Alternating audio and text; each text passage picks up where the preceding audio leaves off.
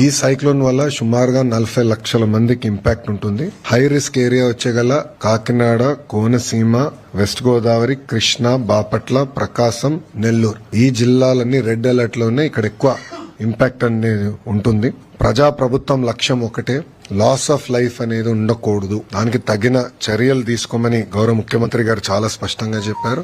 ఒక పక్కన disaster management మంత్రిగా అనిత గారు, ఆర్టీజీఎస్ మంత్రిగా నేను, ఇద్దరికి పర్ఫెక్ట్ కోఆర్డినేషన్ సింక్ తో గత 24 గంటల నుంచి మేము కూడా రియల్ టైం ఇది మానిటర్ చేస్తాం జరుగుతుంది. ప్రోయాక్టివ్ గా సుమారుగా 1328 గ్రామాల్లో ఎక్కడైతే ముంపు ఉంటుందో, ఎక్కడైతే ఇంపాక్ట్ ఎక్కువ ఉంటుందో అక్కడ ఇవాక్యుయేషన్ కూడా నిర్వహిస్తాం జరిగింది.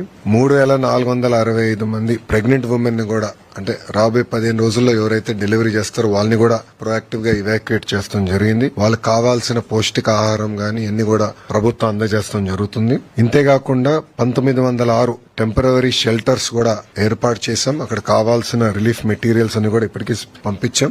శానిటేషన్ కావాల్సిన బ్లీచింగ్ పౌడర్ గానివ్వండి, లైమ్ గానివ్వండి, ఇదంతా కూడా పొజిషన్ చేస్తాం జరిగింది. పాఠశాలలకు వచ్చేగల సుమారుగా 14,798 పాఠశాలల్లో ఇప్పటికీ హాలిడేస్ ప్రకటిస్తాం జరిగింది. దీంట్లో 364 స్కూల్స్ ఏకంగా సైక్లోన్ షెల్టర్స్ గా మార్చడం జరిగింది.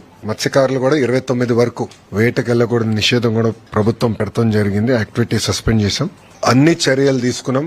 11 ఎన్డీఆర్ఎఫ్ టీంలు, 12 ఎస్డీఆర్ఎఫ్ టీంలు కూడా ఏర్పాటు చేసాం. రిజర్వ్ టీమ్స్ కూడా ఉన్నాయి. అవసరమైతే ఆర్మీ కూడా హైదరాబాద్ లో కంటింజెంట్ ఉంది కానీ వాళ్ళు కూడా స్టాండ్ బై లో ఉన్నారు. 145 వుడ్ కటింగ్ టీమ్స్ కూడా చైన్ సాస్ తో మొత్తం ఏర్పాట్లు చేసాం. ఇప్పటికీ కొన్ని ఇక్కడ యాక్షన్ లో ఉన్నారు. అంటే విశాఖపట్నంలో అక్కడెక్కడ చెట్లు పడినా ఆల్రెడీ మీరు యాక్షన్ లో ఉన్నారు. మీరు కూడా కవర్ చేశారు మీడియాలో. సో 145 టీమ్స్ రెడీగా ఉన్నాయి. మెడికల్ అండ్ హెల్త్ కి సంబంధించి సుమారుగా 325 క్యాంప్స్ రెడీ చేసుకున్నాం. 876 ర్యాపిడ్ రెస్పాన్స్ టీమ్స్ కూడా ప్రభుత్వం రెడీ చేసింది.